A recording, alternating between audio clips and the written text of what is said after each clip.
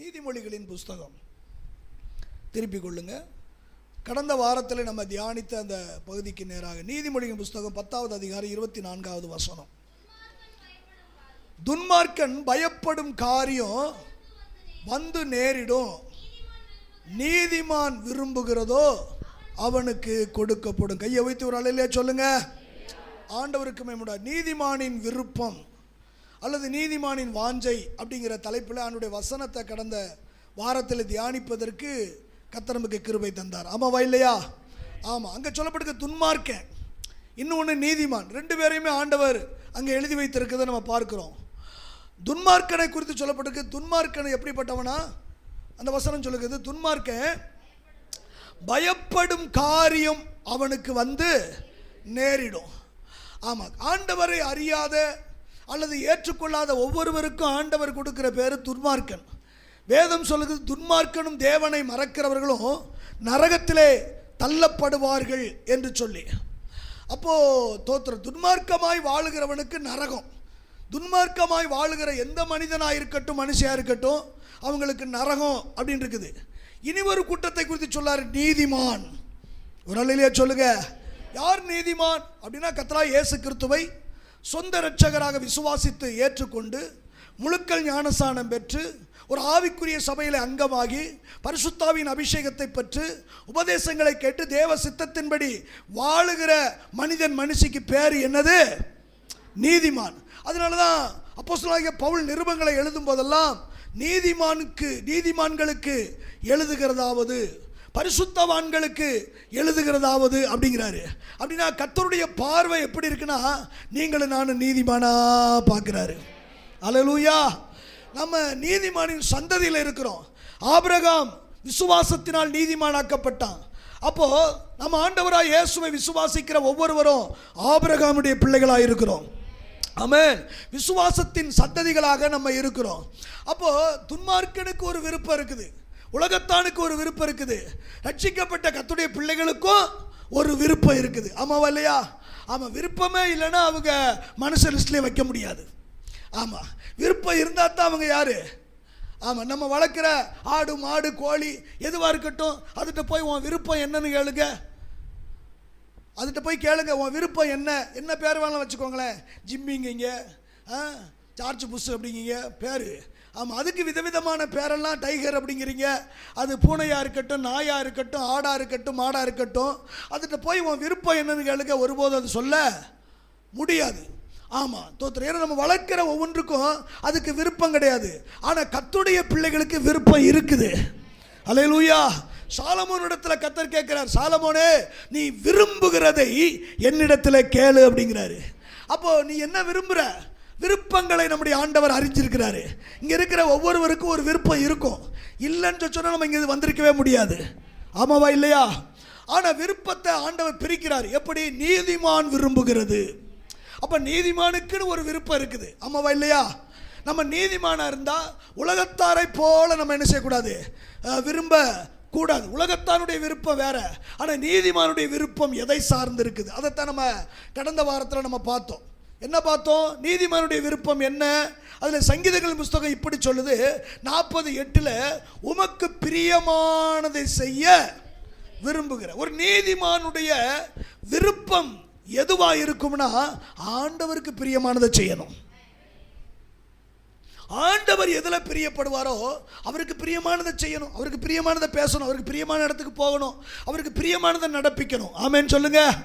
அப்போ ஒரு நீதிமானுடைய விருப்பம் எதை சார்ந்திருக்கும்னா, தேவனை பிரியப்படுத்துவதிலே சார்ந்திருக்கும். நான் செய்கிற காரியம் தேவனுக்கு பிரியமா?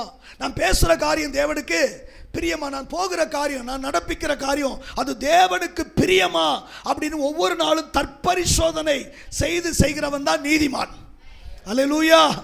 நீங்கள் நீதிமானாக இருந்தால் உங்களுடைய வாழ்க்கையில் தேவனை என்ன செய்யணும்? பிரியப்படுத்தணும்.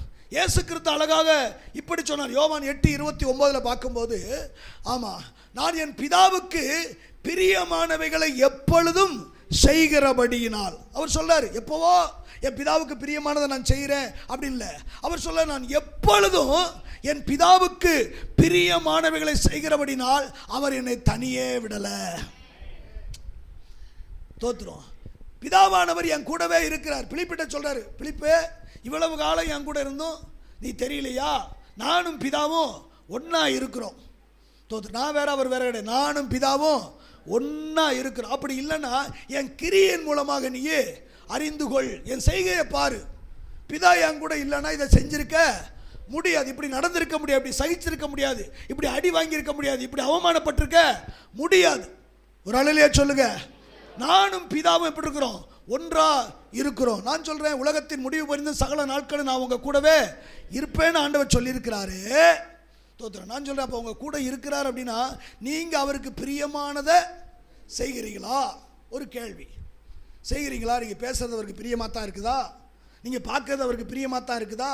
நீங்க அந்த எடுக்கிற முடிவுகள் அது தேவனுக்கு பிரியமாக தான் இருக்குதா?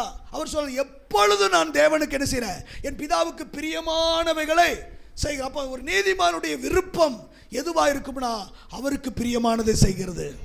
ரெண்டாவது காரியம் பார்த்தோமா? தோத்திரம். ஆமாம், பார்த்தோமா? ரெண்டாவது காரியத்தை பார்க்கலையா? ஒரு காரியம் தான் பார்த்தோமா? ரெண்டு இடத்துலையும் கொடுக்கறதுனால தோத்திரம். ஆமாம், 2 ராஜாக்களின் புஸ்தகம் 2வது அதிகாரம் 9வது வசனம்.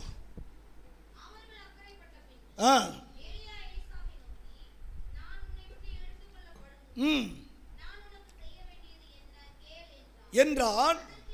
அதற்கு எலிசா, உம்மிடத்தில் உள்ள ஆவியின் வரம், கையை வைத்து ஒரு அலையில சொல்லுங்களேன். தோத்திரம். இந்த சம்பவம் நமக்கு பின்னணி நல்லா தெரியும். எலியாவின் காலங்கள் முடிய போகுது. எலியாவின் காலம் முடிஞ்சு இப்போ எலிசா கையில் ஆண்டவர் அந்த ஊழியத்தை கொடுக்கும்படியாக கர்த்தர் ஒரு திட்டம் வச்சிருக்கிறாரு. ஏன் அப்படின்னா, எலியா சொன்னார், போதும் கர்த்தாவே. ஆமாம், நம்ம போதுன்னு சொல்கிற வரைக்கும் நம்மளை தூக்க மாட்டார். சில பேர் வீட்டில் உள்ள கொடுமை தாங்க முடியாமல், போதும் என்னை எடுத்துக்கோங்க அப்படின்னா உன்னை கொன்னு விடுவேன். ஆமாம், வச்சு கொள்ளுவேன், ஆனால் சாக மாட்டேன். ஆமாம், சும்மா சின்ன சின்ன காரியத்துக்கெல்லாம் மூஞ்சை தூக்கிக்கிட்டு உடனே என்னை எடுத்துக்கோங்க, வச்சுக்கோங்க அப்படின்னு சிலுவை சுமக்கணும் அப்படிங்கிறாரு. ஒவ்வொரு நாளும் நமக்கு ஒரு சிலுவை உண்டு. அல்லேலூயா. அந்த சிலுவை எப்படி இருக்கும்னு நமக்கு தெரியாது. ஆமாம், அது மாமா ஒரு சிலுவையாக இருக்கலாம், மாமி ஒரு சிலுவையாக இருக்கலாம், ஏன் வீட்டுக்காரர் கூட நமக்கு ஒரு சிலுவையாக இருக்கலாம், வீட்டுக்கார அம்மா நமக்கு ஒரு சிலுவையாக இருக்கலாம். அந்த சிலுவை வேண்டான்னு நம்ம சொல்ல கூடாது, முடியாதுல்ல, கூடாது. ஆமாம், சிலுவை எனக்கு வேண்டாம். சிலுவை சுமக்க மனதில்லாவிட்டால் நீ எனக்கு சீசனா, எனக்கு நீ தெய்வ பிள்ளையா, எனக்கு என் பிள்ளையா நீ இருக்கவே முடியாது. உலகத்தில் உங்களுக்கு என்ன உண்டு? உபத்திரமும் இருக்கும், அது வீட்டுக்குள்ளேயே இருக்கும். கையை வைத்து சொல்லுங்க, அது வேலை செய்கிற இடத்துல இருக்கும். அது ஒரு சிலுவை. அந்த சிலுவையை சகித்து, வேதம் அப்படித்தான் சொல்லுது, அவர் சிலுவையை சகித்து தமக்கு முன்பதாக வைத்திருக்கிற அந்த மேன்மையை நினைத்து, ஆமென் சொல்லுங்க. ஏன்னா இதை சகிச்சாத்தான் அந்த மேன்மை, இதை சகிச்சாத்தான் அந்த நன்மை, இதை சகிச்சாத்தான் அந்த ஆசீர்வாதம். ஆமென், ஹல்லேலூயா. யோசேப்பு எகிப்தில் போய் சிங்காசனத்தில் உட்காரணும்னா அவன் குழியில் தூக்கி போட சில ஆள் வேணும். மகிமையின் தேவ சபையில் இருந்தாவது கூட்டு போவாங்க. கூட பிறந்தவனுங்களே தோத்திரம் சத்துருவா என்ன செய்றாங்க? வசனம் சொல்லுது, உன் வீட்டாரே உனக்கு சத்துரு. குழியில் தூக்கி போட ஒரு கூட்டம் இருந்துச்சு, தூக்கி போட்டாங்க. ஆனால் தூக்கி போட்டது அப்படி விட்டாங்களா? குழி தானே, மண்டை போட்டு மூடி போட்டாங்களா? இல்லை இல்லை இல்லை, தூக்கி எடுத்தாங்க. அல்லேலூயா. வெளியே தூக்கினவன நல்ல வேலைடா, இந்த குழியிலேருந்து வெளியே வந்துட்டோம் அப்படின்னு யோசேப்பு அந்த மூச்சு விட்டு முடியங்குள்ள இன்னொருத்தண்டை வித்து விட்டானுங்க. நம்ம என்ன பாருங்க, நல்ல வேலை இந்த பிரச்சனை கடந்து வர கர்த்தர் உதவி சோத்திரன்று போய் இன்னொன்று ரெடியாக இருக்கும். ஆமாம், பவுல் அழகா சொல்றார், எப்பக்கத்தில் நெருக்கப்பட்டாலும் ஒடுங்கி நான் போவது இல்லை. நான் சொல்ல, தெய்வ பிள்ளைகளுக்கு எல்லாம் வரட்டுங்க, ஆனால் ஒடுங்கி போக என் கர்த்தர் விடமாட்டாரு. ஏன்னா அவர் ஜீவிக்கிறவர். ஹல்லேலூயா. தூக்குனாங்க, தோத்த வித்தாங்க, சரி கொண்டு போனாங்க, பரவாயில்ல, இவனுங்க கொடுமையிலிருந்து இங்கேயாவது வந்தமே. சில பேர் அப்படித்தான் வாக்கப்பட்டு போகும்போது, நல்ல வேலை இந்த கொடுமையிலேருந்து தப்பிச்சிங்க, நமக்கு ஒரு நல்ல வாழ்க்கை வந்துச்சு அப்படின்னு நினச்சி வந்தா தோத்துற இங்கே பெரிய கொடுமை காத்து கிடக்குது. சில வேலைகளை நமக்கே தெரியாது அந்த கொடுமை எப்படி இருக்கும்னு தோத்துறோம். அந்த புடுங்கு தான் இப்படி இருக்குது, ஏய் இங்கே வரா, அங்கே போகாத, இங்கே போகாத, இங்கே உட்காரு, என்னத்தை பார்த்துக்கிட்டு இருக்க, என்ன செய்கிற வீட்டில், அது நமக்கு என்ன தெரியும்? புடுங்கு, ஒரு கொடுமை நமக்கு அப்படி தான் தெரியும். தோத்துற எங்கேயும் சுதந்திரமாக போக முடிய மாட்டேங்குது, வண்டியை ஸ்டார்ட் பண்ணிட்டா உடனே எங்கே வர அப்படிங்கிறாங்க. போயிட்டு வந்துடுறோம், எங்கே வரேன்னு சொல்லிட்டு போ. ஆமாம், வீட்டில் கொடுமை. இந்த கொடுமையை தாங்கி நல்ல வேலை நமக்கு ஒரு வாழ்வு கிடச்சிச்சுன்னு வந்தா இங்கிட்டு ஏகப்பட்ட கொடுமை நமக்கு சுற்றி காத்து கிடக்குது.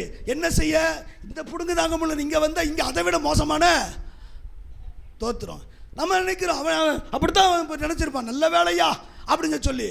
அங்கே போய் என்னஞ்சாங்க, போத்திவார் வீட்டில் விற்று போட்டாங்க. சரி விற்று போயிட்டாங்கல்ல ஐயா, பரவாயில்லையா, ஒரு குடும்பத்துக்குள்ளே தானேயா, ஒரு அட்ஜஸ்ட்மெண்ட் பண்ணிக்கலாம் அப்படின்னு இருக்குன்னா அங்கே ஒன்று உட்காந்துக்கிட்டு இருக்குது. அது எதிர்பார்த்து பேய் உட்காந்துக்கிட்டு இருக்குதுங்க. சில ஆவியை உட்காந்துக்கிட்டு இருக்கும், உட்காந்துக்கிட்டு இருக்குது. உட்காந்துக்கிட்டு தான் அவள் யோசேப்பின் மேல் கண் போட்டாலாம். தோத்துறான். நான் சொல்கிறேன், நம்மளை மாதிரி அவன் மிளகா சுற்றி போடலை. கண் பட்டுச்சுன்னா என்ன செய்கிறோம்? மிளகா சுற்றி போடுறோம். அப்படின்னா அப்படி போட்டிருந்தா அந்த கண் அவிஞ்சு இருக்கணும்ல. அதை எதை சுற்றி போட்டாலும் அது என்ன செய்யாது, அது அந்த இடத்த விட்டு எஸ்கேப் ஆனால் மட்டும்தான் அது நடக்கும். என்ன நடக்குது? கண் போட்டால், யோசேப்பின் மேல் கண் போட்டால் தினந்தோறும் தொந்தரவு. தினந்தோறும் நான் சொல்ல வேலை செய்கிற இடத்துல சில தொந்தரவுங்க, சில அட்ஜஸ்ட்மெண்ட் பண்ணணுங்கிற நிலைமைக்கு கூட நம்ம தள்ளப்படுவோம். தோத்துறோம். ஆமாம், நீங்கள் இப்படி இருந்தால் தான் அட்ஜஸ்ட்மெண்ட் பண்ணணும், அப்படின்னா தான் உங்களுக்கு இப்படி அப்படிலாம் சொல்லுவாங்க. தோத்திரம். போடாவும் வேலை, போடாவும் வருமானம். அல்லேலூயா. தோத்திரம். ஆமாம், ஏன்னா எல்லா இடத்துலையும் ஒரு அட்ஜஸ்ட்மெண்ட் அப்படிங்கிறாங்க. அனுசரித்து போகணும், அப்போ தான் உங்களுக்கு ப்ரமோஷன், அப்போ தான் உங்களுக்கு ஊதிய உயர்வு. இப்படியெல்லாம் சில சம்பவங்கள் சம்பவிக்கலாம். நான் யாரு? என் கூட இருக்கிறவர் யாரு? அவர் சர்வ வல்லவர். அல்லேலூயா. தோத்திரம். நமக்குள்ள எப்பவும் அந்த உணர்வு இருந்துகிட்டே இருக்கணும். வானத்தை பூமியும் படைத்த சர்வ வல்லம் இல்ல, கர்த்தர் என் கூட இருக்கிறாரு. கண்ணு ஓட்டவா முயற்சி எடுக்க ஆரம்பிச்சா, வேதம் சொல்லுது, இத்தனை பொல்லாங்குக்கு உடன்பட்டு பாவம் செய்வது எப்படி? வஸ்திரத்தை விட்டுட்டு நினைஞ்சானா, ஓடினானா. என்ன துண்டு ஓட்டா இருந்தார் அவரு? துண்டு போனா போட்டோம் அப்படின்னு. வஸ்திரத்தை அப்படின்னா எந்த நிலைமையில ஓடி இருப்பான்னு சொல்லி பாருங்க. தோத்துறோம். வஸ்திரத்தை விட்டு ஓடினான். சரி ஓடினானே அப்படின்னு ஆண்டவர் பார்த்து, பரவாயில்லடா, எனக்காக நீ பக்தி வைராக்கியம் காட்டுடா, பிணைக்காசு மாதிரி நீ வைராக்கியம் காட்டுடா அப்படின்னு சொல்லி உடனே தூக்கம் வந்தாரு. பொய்யான குற்றச்சாட்டு. சில வேளைகளை தெய்வ பிள்ளைகள் மேல பொய்யான குற்றச்சாட்டுகள் விரல் நீட்டப்படும். தோத்திரம். விரல் நீட்டப்படும். தோத்திரம். அவன் செஞ்சிருப்பான், அவன் செஞ்சிருப்பான். அவனை பார்த்தா ஆமாம் செஞ்சிருப்பான். அப்படித்தான் வரும். வேதம் சொல்கிறது, உங்கள் பேரில் இல்லாததையும் பொல்லாததையும் பொய்யாய் சொல்வார்கள், சந்தோஷப்பட்டு நீ கலிகூறவா முடியும்?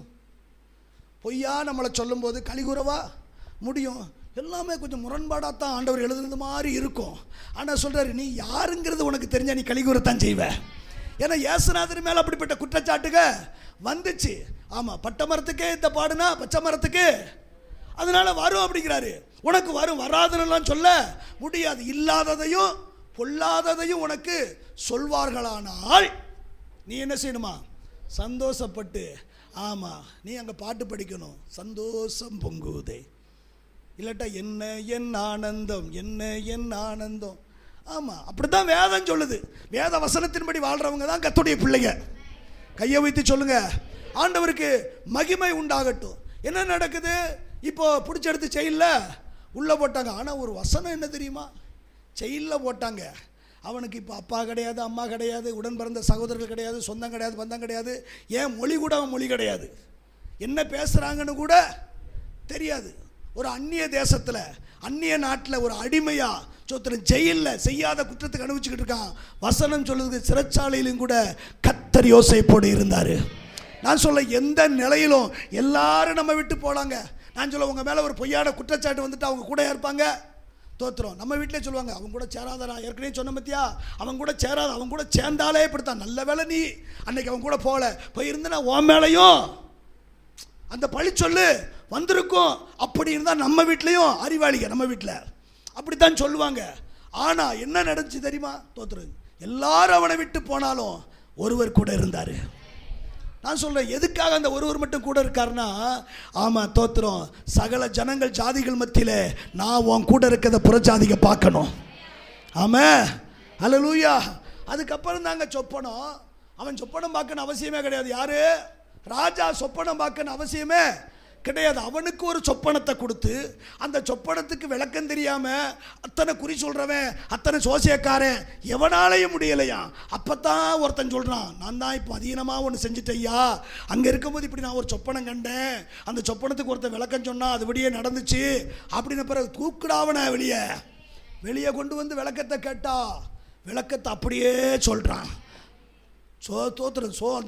அந்த அந்த சொப்பனத்தை அர்த்தத்தை கேட்டவன் இப்போ சாஸ்தாங்கமாக விழுந்து சொல்கிறான், ஐயா இப்படிப்பட்ட தேவ ஆவியை பெற்ற உன்னை போல இந்த தேசத்தில் ஒருவையே இல்லைடா. நான் சொல்ல ஒரு நாள் வருங்க, உங்களை போல் யாரும் இல்லை சிஸ்டர், உங்களை போல் யாரும் இல்லை பிரதர், உங்களை போல் யாரும் இல்லைம்மா, ஏன்னா நீங்கள் தேவ ஆவியை பெற்றவங்க அப்படின்னு சொல்லக்கூடிய நாட்கள் வெகு சீக்கிரத்தில் வரப்போகுது. அல்லேலூயா. எதுக்கு இத்தனை எதுக்கு நடக்குனா, சிங்காசனம் அங்கே இருக்குது, அங்கே உயர்த்தி நாங்கள் தேசமே பஞ்சமாங்க, ஆனால் எகிப்து மட்டும் செழுமையாக இருக்குதான். ஏன்னா அங்கே யோசேப்பு இருக்காரு. நான் சொல்கிறேன், நீங்களும் நானும் இருக்கிற இடம் செழுமையாக தான் இருக்கும். வறுமையாக இருக்கிறது ஆண்டவர் விரும்புறதல்ல. அல்லேலூயா. அப்படி ஒரு வறுமை வருதுன்னா அதுக்கு பின்னாடி ஒரு பெரிய உயர்வு இருக்குன்னு அர்த்தம். ஒரு போராட்டம், ஒரு பிரச்சனை இருக்குன்னா பின்னாடி ஒரு உயர்வு காத்திருக்கு. எத்தனை பேர் நம்புறீங்க? அதனால போராட்டத்தை பார்த்து பிரச்சனையை பார்த்து என்ன செஞ்சாருங்க, பயந்து சோர்ந்துருவாங்க. அவன் பயங்காட்டுறவன். தோத்துரும். நீங்கள் சொல்லுங்கள், தைரியமாக சொல்லுங்கள், வீட்டுக்காரட்ட சொல்லிடாதீங்க இந்த சலசலப்புக்கெல்லாம். வீட்டுக்கார பார்த்து சொல்லிடாதீங்க. ஆமாம், பிசாசை பார்த்து சொல்லுங்க, இந்த சலசலப்புக்கெல்லாம் நான் அஞ்ச மாட்டேன், உலகத்தில் இருக்கிறவனை பார்க்கல என்னில் இருக்கிறவர் பெரியவர். ஆமேன்னு சொல்லுங்க. கர்த்தருக்கு மகிமை உண்டாவதாக. அப்போ கவனிங்க, இங்கே என்ன நடக்குது அப்படின்னா, எலியாவின் காலம் முடிய போகுது. இப்போ எலிசாவின் கைக்கு டிரான்ஸ்ஃபர் ஆகுது. ஆமாம், காரணம் என்ன? போதும். அவர் போதுன்ட்டார். ஆமாம், போதுன்னு சொன்னவரை அவரும் எவ்வளவோ சொல்லி பார்த்தார். இல்லைப்பா நீ போக வேண்டிய தூரம் வெகு தூரம் சொல்லியெல்லாம் பார்ப்பார். நம்ம பிடிவாதமாக இருந்தால் தூக்குற தவிர ஒரு வழியே இல்லை. நம்ம அதில் பிடிவாதமாக தான் இருக்கிறோம். நான் இதை செய்ய மாட்டேன், நான் இப்படி இருக்க மாட்டேன், நான் இப்படி நடக்க மாட்டேன். இனி ஒன்று வச்சு லாய்க்கு இல்லை. ரதத்தை ரெடி பண்ணு. எத்தனை பேருக்கு ரதம் வேணும்? ரதம் வேணுங்கிற மட்டும் ஒரு அலையில் சொல்லுங்கள். தோத்துரும். ஒரு 3 ரதம் ரெடி சொல்லிடுவோம். விடுங்க. கையை ஊற்றி ஒரு அலையில் சொல்லுங்கள். கையை ஊற்றி சொல்லுங்கள். கர்த்தருக்கு ஸ்தோத்திரம். ஏன்னா எவ்வளவா சொல்லி பார்க்குறாரு, போராடி பார்த்தாரு, தட்டுறாரு, சாப்பாடை கொடுக்குறாரு, மறுபடியும் படுத்துவாங்க, திரும்பி தட்டுறாரு. நீ போக வேண்டிய தூரம், நீ நிறைய காரியம் செய்யணும்ப்பா, நீ போய் அபிஷேகம் பண்ண வேண்டியெல்லாம் இருக்குது. ஏதாவது செஞ்சானா அவன் எடுத்த முடிவில் சரியாக இருக்கிறான். சில பேர் முடிவு எடுத்துட்டா மாற்றவே முடிய மாட்டாங்க. செத்தாலும் பேச மாட்டேன் பாஸ்டர். செத்தாலும் நீ செத்தா உங்கள் கூட நானும் பேச முடியாது, எங்கள் கூட நீயும் என்ன செய்ய முடியாது பேச. உயிரோடு இருந்தால் தான் என்ன செய்ய முடியும், பேச முடியும். நான் சொல்ல உயிரோடு இருக்கும்போதே பேச வேண்டியக்கிட்ட பேசுங்க. அல்லேலூயா. ஆமாம், நீ கிழக்க போனால் நான் மேற்க வர மாதிரியா நானும் பேச மாட்டேன், நீ நானும் ஒரு வீட்டுக்குள்ளே தான் இருப்போம். தோத்துரும். ஒரு வீட்டுக்குள்ளே தான் இருப்போம், ஆனால் என்ன செய்ய மாட்டோம், பேச மாட்டோம். இங்கிட்ட அங்கிட்ட அவங்ககிட்ட திரும்பிக்கிட்டு அப்படியே இருப்போம். நான் சொல்கிறேன், பேச வேண்டியதை மனம் விட்டு பேசுங்க. ஐயா கொஞ்சம் தகைச்சு போங்களேன், கொஞ்சம் இறங்கி போங்களேன், அவ்வளோதானே. வீட்டுக்காரரா சண்டை போட்டாரா பரவாயில்ல, கொஞ்சம் இறங்கி போங்க. இறங்கி போகிறதுனால ஒன்றுமே இல்லை. தோத்துரும். நான் ஆம்பளை, நான் மீசை வச்சவன், யார் இல்லைன்னு சொன்னால் பாசமாக அடிக்கடி இப்படி திரிக்கிட்டே இருக்கும். என்ன மீசை ரொம்ப வளர்ந்துருச்சோம் அப்படிமே. என்ன வீட்டில் ஒரு அம்மா வெளியில் உட்காந்துருக்கும், மீசை இவ்வளோதுன்ட்டு இருக்கும், கருகருன்னு இருக்கும். அந்த அம்மா இறந்து போச்சு, கருகருன்னு இருக்கும். நான் அடிக்கடி நாங்கள் பேசுவோம், அந்த அம்மாவுக்கு மீசை பயங்கரமாக வளர்ந்துருக்கம்மா அப்படின்னு. ஒரு சிலருக்கு மீசை என்ன செய்யுது, வளருது. சும்மா பேசிக்கிட்டு இருந்தாங்கன்னா பார்த்தீங்கன்னா நீங்கள் கவனிச்சு பாருங்கள், அப்படி திரிக்கிட்டே இருப்பாங்க. தோத்துரும். ஆனால் ஆம்பளை நான் மீசை வச்சது யாரில்லன்னு சொன்னால் மீசை தான் வச்சு ஆண்டவர் ஒன்று கொடுத்துருக்காரு. மீசை வச்சாப்புல சகிச்சு போகக்கூடாதா, பொறுத்து போகக்கூடாதா, இறங்கி போகக்கூடாதா, இருக்கீங்களா? நான் ஆம்பளை, அதில் என்ன பிரச்சனை, அதில் என்ன சந்தை? நான் ஆம்பளை, யாரும் மாற்றி சொல்லலையே. என்ன உங்களை இப்படி நான் சொல்லிக்கிட்டு இருக்கோம்? ஆமாம், தோத்துரும். அதில் ஒரு டவுட்டு, நான் ஆம்பளடி, நான் ஆம்பளை தான் ஐயா, ஆம்பளை தான் இறங்கி போகணுங்கிறாரு, சகிச்சு போகணுங்கிறாரு. ஒரு அலையில் சொல்லுங்க, உங்கள் குடும்பம் கட்டப்படணும், உங்கள் குடும்பம் ஆசீர்வதிக்கப்படணும், வாழணும், சமாதானம் உள்ளதாக காணப்படணும், பிசாசுக்கு இடம் கூடாமல் இருக்குன்னா நம்ம சகிச்சுத்தான். ஒரு சின்ன காரியம் சகிச்சு போயிட்டீங்கன்னா முடிஞ்சு போகுது, அந்த பிரச்சனைக்கு ஒரு முற்றுப்புள்ளி. ஒரு அலையில் சொல்லுங்க. இன்னைக்கு நிறைய பேருக்குள்ள அந்த சுபாவம் இல்லை, அதனால தான் குடும்பத்துக்குள்ள பிரச்சனை, குடும்பத்துக்குள்ள சண்டை, கலவரம், சமாதானம் இல்லாத ஒரு சூழ்நிலை. வசனம் சொல்லுது, கூட அலங்கத்துக்குள்ளே சமாதானம், உன் அரண்மனைக்குள்ளே சுகம் இருக்கும். கையை வைத்து சொல்லுங்க. அப்போ அவர் போதும் போனோன்னு ரைட்டு அப்படின்னு ரதத்தை ரெடி பண்ணிட்டாரு. இப்போ என்ன அப்படின்னா, ஆள் போகிறதுக்கு முன்னாடி இப்போ எலிசா என்ன செய்கிறாரு, கூட கிளம்புறாரு. என்ன கிளம்புறாரு? அங்கே வசனத்தை நீங்கள் நல்லா கவனிக்கணும். எங்கேருந்து கிளம்புறாரு? கில்காலில் இருந்து கிளம்புறாரு. கில்காலில் இருந்து அவர் கிளம்பும் போது எலிசா கூடயே வர்றாரு. கூட வரும்போது சொல்கிறாரு, எப்பா நீ இங்கே இரு, நான் பெத்தேல் மட்டும் போய் அங்கே தேவனை என்ன செய்ய போகிறேன், தொழுது கொண்டு நான் வாரேன் அப்படிங்கிறாரு. அவன் சொல்கிறேன், வாய்ப்பு இல்லை ராஜா, வாய்ப்பு இல்லை. ஏன்னா அவருக்கு தெரிஞ்சு போச்சு, அவருக்கு ஒரு வெளிப்பாடு, ஏன்னா கூடவே இருக்கிறான். அந்த ஊழியக்காரன் கூடயே இருக்கிறதுனால அந்த ஊழியக்காரன் மாதிரியவே மாறிக்கிட்டு இருக்கான். இருக்கீங்களா? நான் சொல்கிறேன், ஒரு ஊழியக்காரனோடு கூட நம்ம ஐக்கியப்படும் போது அந்த ஊழியக்காரன் எப்படி இருக்கானோ அப்படி மாறிடுவாங்க.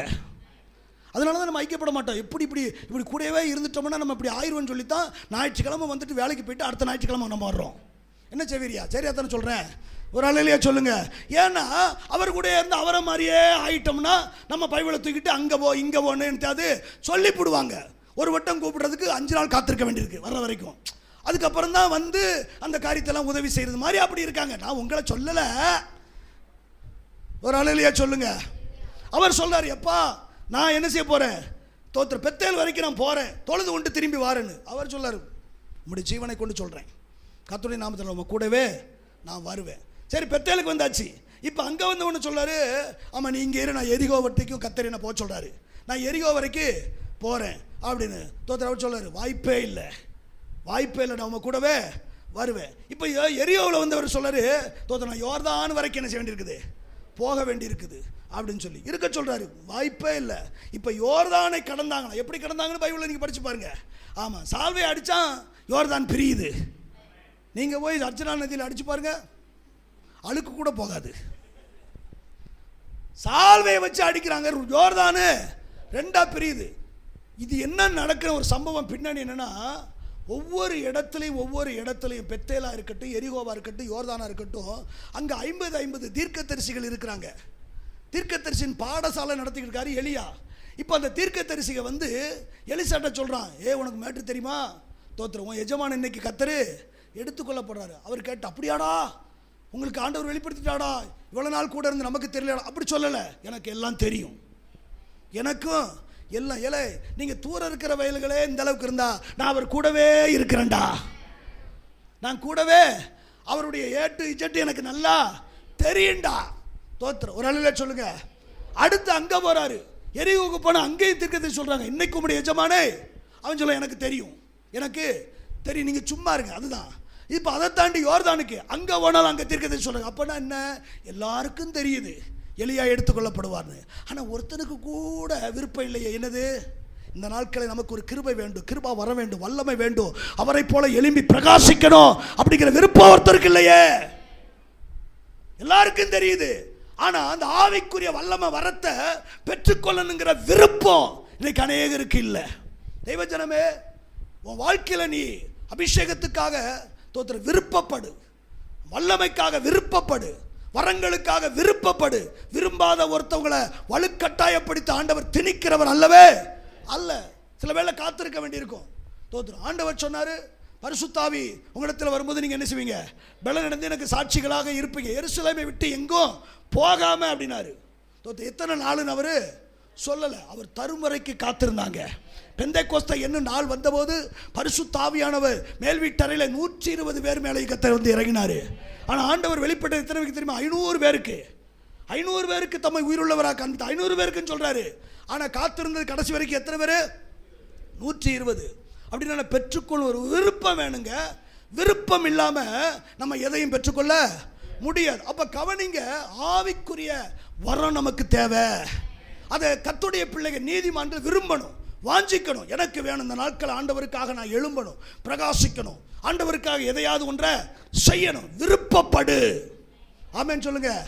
ஆவிக்குரிய காரியத்தை கர்த்தர் சொன்ன ஆவிக்குரிய வரங்களை குறித்து நம்ம பார்க்கும்போது ஒரு காரியம் அவங்க கேட்குற, ஆவிக்குரிய வர ரெட்டிப்பாய் வேணும்.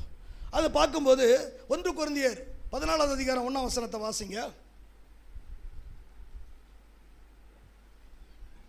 1 கொரிந்தியர் 14:1.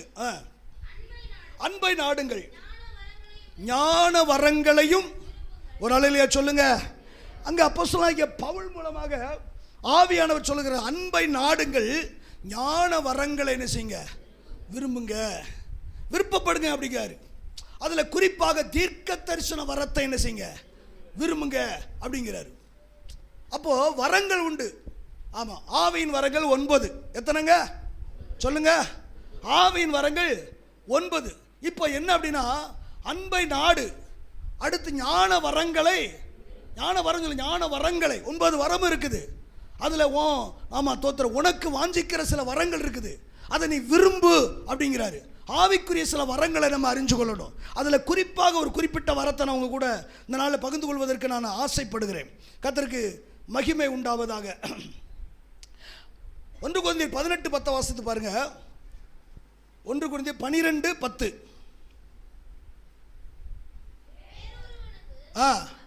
அற்புதங்களை செய்யும் சக்தியும், தீர்க்க தரிசனம் உரைத்தலும், ஆவிகளை பகுத்தறிதலும், பேசுதலும், அதுல ஒரு குறிப்பிட்ட பகுதி ஆவிகளை பகுத்தறிகிற வரும். என்ன வரங்க சொல்லுங்க, எல்லாரும் சொல்லுங்க, என்ன வரும்? ஆவிகளை பகுத்தறிகிற வரும். ஆமா, ஆண்டவர் சொல்லார், இந்த வரத்தை நீ விரும்பணும் அப்படிங்கிற. இந்த நாட்களில் நமக்கு இந்த வரம் வேணும். நம்ம கூட பேசிக்கிட்டு இருக்கவங்க என்ன ஆவி உள்ளவங்க இருக்கீங்களா? நீங்கள் இப்போ என்ன ஆவியில் உட்காந்துக்கிட்டு இருக்கீங்க? சொன்னவொன்னு ஆன்னு ஒரு கொட்டாவி. தோத்திரம். ஆவிகளை பகுத்தறிகிற வரங்க. பலவிதமான ஆவி இருக்குது, பலவிதமான ஆவிகள் இருக்குது. அந்த ஆவிகளை குறித்து கர்த்தருடைய பிள்ளைகள் பகுத்து என்ன செய்யணுமா? ஏன்னா ஆவிக்குரியவன் எல்லாவற்றையும் ஆராய்ந்து நிதானிக்கிறான். நமக்கு முன்னாடி நம்ம கூட சில பேர் பேசிக்கிட்டு இருப்பாங்க, நல்லா பேசுவாங்க, பிரதர் சிஸ்டர் அப்படி நல்லா பேசுவாங்க. ஆனால் பேசிக்கிட்டு இருக்கும்போதே நம்ம நல்லா இணைஞ்சு பேசணும்னா அப்படியே வார்த்தை டபுள் மீனிங்காக போடுவாங்க. அப்படின்னா அவன் என்ன எண்ணத்தில், அவன்கிட்ட என்ன ஆவி கிரியை செய்து அந்த ஆவிகளை என்ன செய்யணும்? பகுத்தறிய வேண்டும். பகுத்தறிகிற வரும், ஆவிகளை பகுத்தறிகிற வரும். ஒரு சில காரியத்தை நான் பகிர்ந்தளிக்கிறேன், கொஞ்சம் கவனிங்க. கர்த்தருக்கு ஸ்தோத்திரம். லூக்கா 9வது அதிகாரத்தில் 53 முதல் 55 வசனங்களை பார்க்கும்போது ஒரு சம்பவம். என்ன சம்பவம் அப்படின்னா, இயேசு எருசலேமுக்கு போக நினைப்பார். அப்போ அங்கே உள்ளவங்க அங்கே வராதபடிக்கு என்ன செய்வாங்க? தடுத்துருவாங்க. அந்த இதில் போட்டிருக்கு, தடுத்துருவாங்க. இப்போ தடுத்த உடனே சீசர்களுக்கு கோபம் வந்துடும். கோபம் வந்த உடனே இயேசுநாட்ட ஒரு காரியம் கேட்பாங்க. என்ன கேட்பாங்க அப்படின்னா, ஆண்டவரே, எலியா செய்தது போல வானத்திலிருந்து அக்கினி இறக்கிகளை அழிச்சு போடட்டுமா அப்படின்னு சொல்லி கேட்பாங்க. நம்ம ஆளுங்க எப்போவுமே ஆமாம் காலி பண்ணுறது தான் இருக்காங்க. காலி பண்ணிடணும். நமக்கும் பாருங்க, யாராவது நமக்கு விரோதமாக பேசியிருப்பாங்க, நமக்கு விரோதமாக செஞ்சுருப்பாங்க. நம்ம தேவசமத்தில், ஆண்டவரே நீர் உண்மையான தெய்வமாக இருந்தா அவளுக்கு நீர் ஏதாவது செய்யணும் ஆண்டவரே. சைக்கிளில் 9 கீழே விழுந்திருப்பாங்க. நான் நினச்சேன், நீர் ஆண்டவரே எனக்கு நீர் பதில் தந்து விட்டீர் ஆண்டவரே. அவருக்கு இதுதான் வேலையாக்கும், சைக்கிள்லேருந்து தள்ளி விடுறது, மோட்டர் பைக்கிலேருந்து தள்ளி விடுறது. ஆளை பாருங்க. தோத்துறோம். ஏன்னா அவங்க எண்ணம் பூரா என்ன கூடவே இருக்காங்க. பேர் அப்போஸ்தலர், ரெவரண்டு, பிஷப்பு. ஆனால் அவங்க எண்ணம் பூரா என்ன? அழிக்கணும், கொல்லணும், வெட்டணும். தோத்துறோம். இன்னைக்கு நிறைய பேருடைய சிந்தனை என்ன? நமக்கு எதிராக சில காரியத்தை செஞ்சிட்டாங்க, பேசிட்டாங்கன்னு அவங்க நல்லாவே இருக்கக்கூடாது. ஆண்டவரே அவங்க மத்தியில், ஆண்டவரே அவங்க மத்தியில், ஆண்டவரே. தோத்துறோம். இன்னைக்கு ஆக்ரோஷமாக தான் என்ன வந்துக்கிட்டே இருக்குது, ஏதாவது ஒன்று செய்யணும் ஆண்டவரே அப்படின்னு சொல்லி. ஆனால் கர்த்தர் அவனை பார்த்து கேட்குறாரு, நீங்கள் என்ன ஆவியோட இருக்கீங்கடா? உங்களுக்கு என்ன ஆவி? நான் அழிக்கிறதுக்கு வரலடா, நான் ரட்சிக்கிறதுக்கு வந்திருக்கிறேன். நான் ஜீவனை கொடுக்க வந்திருக்கேன். நல்லா வசனத்தை கவனிங்க. ஜீவனை தோத்துறோம். ஆமாம், அழிக்க நினைக்கிறவன் அதை பெற்றுக்கொள்வானா? ஜீவனை பெற்றுக்கொள்ள நினைக்கிறவன் அதை இழந்து போவானா? அப்படின்னா என்ன அர்த்தம்? சாக நினைக்கிறவன் வாழ்வான், வாழ நினைக்கிறவன். நீங்கள் வாழ நினைக்கீங்களா, சாக நினைக்கீங்களா? நீங்கள் செத்தா வாழுவீங்க. 5-6 பேர் சொல்லிட்டாங்க ஆண்டவரே. நீங்கள் செத்தா என்ன செய்வீங்க? வாழுவீங்க. நீங்கள் வாழ நினைச்சா நீங்கள் சாவீங்க. புரியலையா? சுயத்துக்கு நாம சாகணும், உலகத்துக்கு நம்ம சாகணும், பாவத்துக்கு நாம சாகணும். நம்ம செத்தா நம்ம வாழ்வோம். ஹல்லேலூயா. தோத்திரம். வீட்டில் போய் சில வேலை எரிச்சல் அடைகிறாங்க, கோவப்படுறாங்கன்னா கேளுங்க, நீ இன்னும் சாகலையான்னு கேளுங்க. அத்தான் எப்படி கூப்பிடுவீங்களோ, வீட்டுக்காரர் கோவப்படுறாரு, அத்தான் மாமா நீங்கள் இன்னும் சாகலையா? தோத்துடும். பாஸ்டர் உங்களை அடக்கம் பண்ணாரு அன்னைக்கு ஞானஸ்தானத்தில், இன்னும் நீங்கள் சாகாமல் அடக்கம் பண்ணீங்க, வெளியே வந்துட்டீங்களே. பவுல் சொல்றாரு, கிறிஸ்துவோடு கூட சிலுவையில் அறையப்பட்டேன், ஆகிலும் பிழைத்திருக்கிறேன், நான் அல்ல கிறிஸ்துவே என்னில். ஹல்லேலூயா. உங்களை பார்த்தா இயேசுவை பார்க்கணுங்க. உங்களை பார்த்தா உங்கள் சுபாவத்தில், உங்கள் பேச்சில் மேன்மா முன்னாடி மாதிரியே இல்லையே உங்கள் பேச்சு. எஸ்தர் புஸ்தகத்தை நீங்கள் வாஸ்து பார்த்தீங்கன்னா அங்கே ஆமான்னு சொல்கிறான்.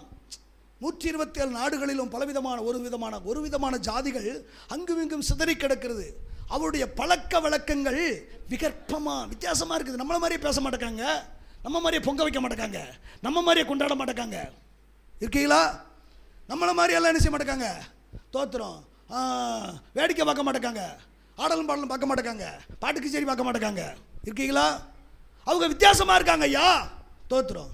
ஆமாம், நானும் ஒரு நாள் ரொம்ப வருஷத்துக்கு முன்னாடி அப்படி வந்துக்கிட்டு இருக்கிறேன். அந்த ஆர்சி சர்ச்சு பக்கத்தில், கோயில் பக்கத்தில் ஒரு பிரதர் நிப்பாட்டார். வணக்கம் ஃபாதர் அப்படின்னாரு. சரியான்னு நிப்பாட்டேன். என்னையா உங்கள் ஊரில் விசேஷமா? நானும் இந்த ஊருக்கு இருந்தேன். சொல்கிறேன், என்னையா உங்கள் ஊரில் விசேஷமா? ஆமாம் அப்படின்னு. வாங்க ஃபாதர், வந்து உட்காந்து பாருங்க, அன்றைக்கி ஆடலும் பாடலும் அப்படின்னு சொல்கிறாங்க. இல்லை நான்லாம் இதெல்லாம் பார்க்க மாட்டேயா. நீங்கள் பார்க்க மாட்டேங்க, அந்த வரிசையில் பாய் விரிச்சிக்காது உங்கள் விசுவாசம், உங்கள் சபைக்கு விசுவா போகிறா, உங்கள் சபைக்கு போகிற ஆள் தான் அப்படிங்காங்க. அந்த பாய் விரிச்சுக்கு பாருங்க, அது உங்கள் சபைக்கு போகிற ஆள் தானே. எனக்கு அவமானமாக போயிடுச்சு. இருக்கீங்களா? இன்றைக்கும் நம்ம ஆளுங்க தோத்துறோம். அப்படி ஒரு நடந்தால் உடனே முன் வரிசையில் ஆமாம் நம்ம பிள்ளைகளை அங்கே கொண்டு டான்ஸ் ஆட விடுறது, தோத்துறோம். நான் பாருங்கள், இந்த வாலிப பிள்ளைகளை ஏச்சு ஆட்டம் ஆகிட்டா டான்ஸ் ஆட விட மாட்டேன். அவங்க என்னத்துக்கு ஆடுறாங்க? ஒருவேளை ஸ்கூலில் கூட ஆட விடுவாங்க. ஸ்கூலில் ஆட விட்டால் குடும்பமே போய் உட்காந்து பார்த்துக்கிட்டு இருக்குது. ஹலோ சார், சின்ன பிள்ளைங்க, சண்டே ஸ்கூல் பிள்ளைங்க, ஒரு விபிஎஸ், அது சின்ன பிள்ளைங்க. ஒரு ஏஜ் அட்டன் ஆயிடுச்சா தோத்துறோம். ஒரு லிமிட், அவ்வளோதான். டீச்சர் அப்படி தான் கேட்பாங்க. ஒரு அழுலையா சொல்லுங்க, டீச்சர் கேட்பாங்க. ஆனால் தோத்துறோம். நாங்கள் விட மாட்டோம். ஒரு அழுலையா சொல்லுங்க, தோத்துறோம். அப்படி சொல்லி பழகு. உன் பிள்ளை மற்றவங்க மத்தியில் ஆடி என்ன செய்ய வேண்டாம், தோத்துறோம். அவங்கள பிரியப்படுத்தவே வேண்டாம். ஒரு வசன போட்டி வை, நான் என் பிள்ளை வந்து வசனம் சொல்லும். ஒரு பேச்சு போட்டி வை, என் பிள்ளை வந்து என்ன செய்யும், பேசும். ஆமேன்னு சொல்லுங்க, தோத்துறோம்.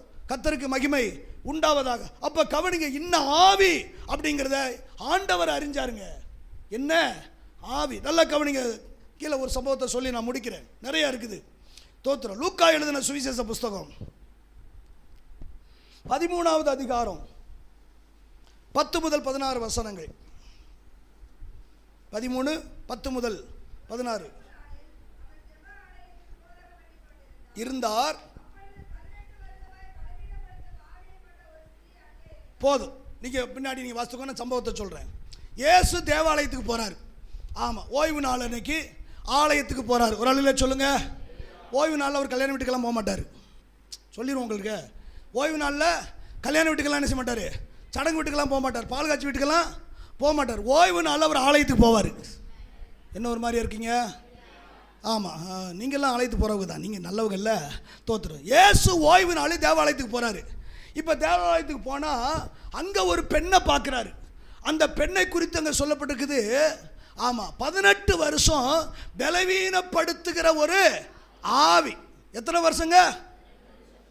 18 வருஷம் பலவீனப்படுத்துகிற ஒரு ஆவி. இவளுக்குள்ள ஒரு பலவீனம் இருக்குது. ஒரு நாள் 2 நாளில் 18 வருஷம் அவளுக்குள்ள அந்த ஆவி இருக்குது. ஒரு நாளும் சர்ச்சுக்கு போக தடை பண்ணது கிடையாது அந்த ஆவி.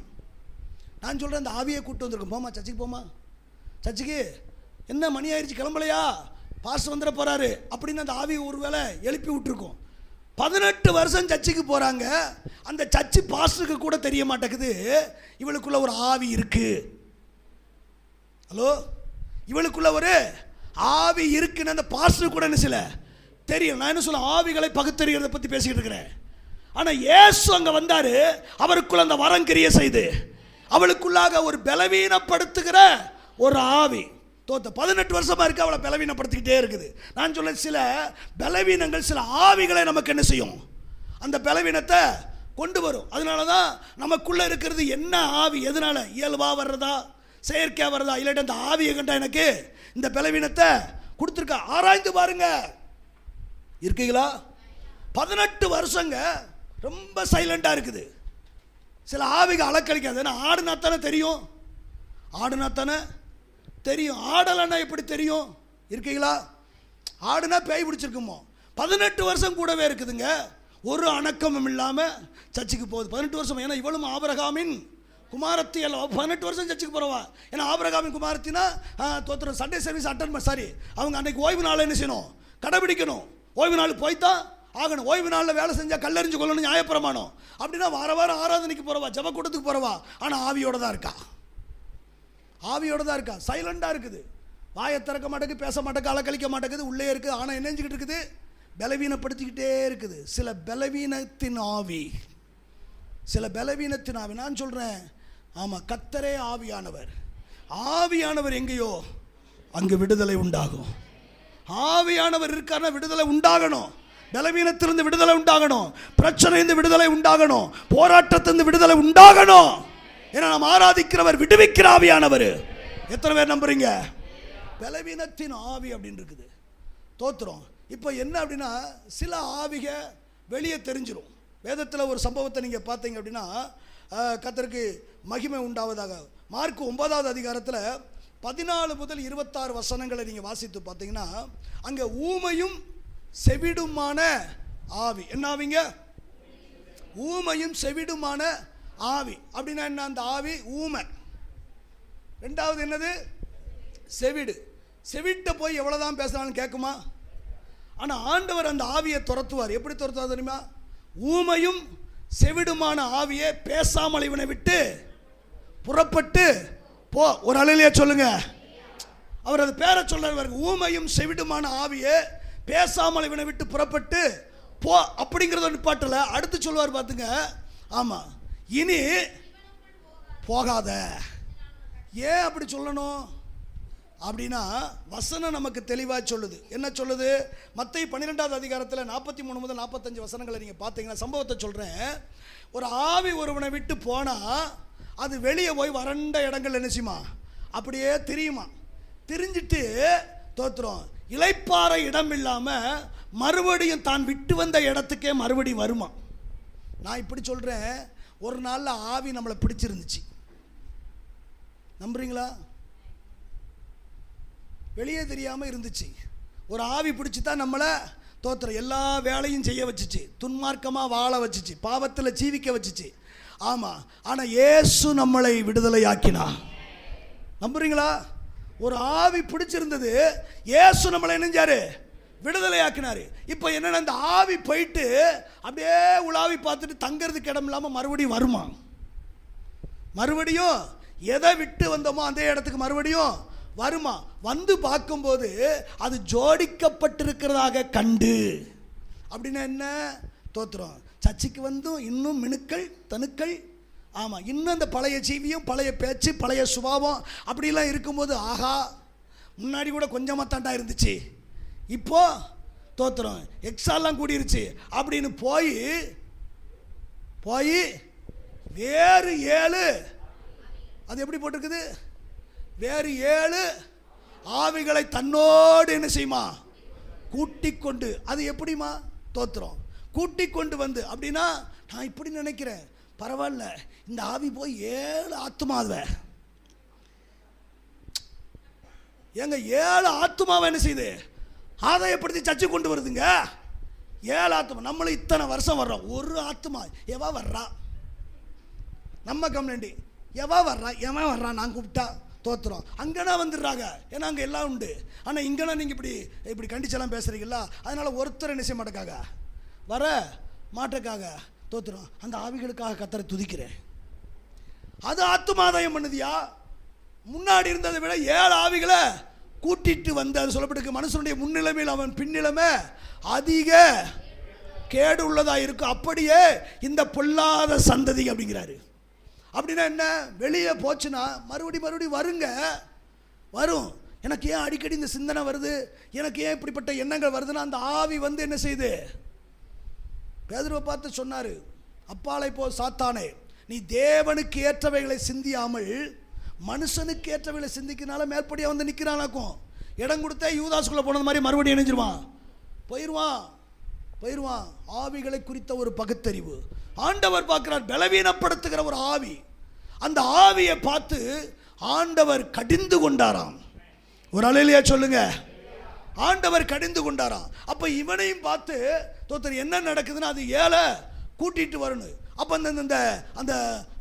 அந்த பையனுக்கு பிடிச்சிருந்த அந்த ஆவியை ஆண்டவர் கடிந்து கொண்டார். கடிந்து கொண்டது கீழே விழுந்து அலக்கழிச்சு அவனை விட்டு புறப்பட்டு போனது. போகும்போது சொல்றாரு, இனி இவனுக்குள்ள என்ன செய்யாத, ஏன் அப்படின்னா போயிட்டு மறுபடியும் ஏழை கூப்பிட்டு வந்துட கூடாது. நான் சொல்கிறேன், உங்களை என்னையும் கர்த்தர் அப்படி தான் விடுதலையாக்கியிருக்காரு. ஏன்னா மறுபடியும் ஒன்றை வச்சுக்கிட்டே நம்ம அந்த பாடுபடுத்தணும். உங்கள் வாழ்க்கை பின்னாடி திரும்பி பாருங்கள், என்ன பாடுபடுத்தணும். கொஞ்சமாக பாடுபடுத்தணும், அப்பா அம்மாவை தோற்றுறோம்.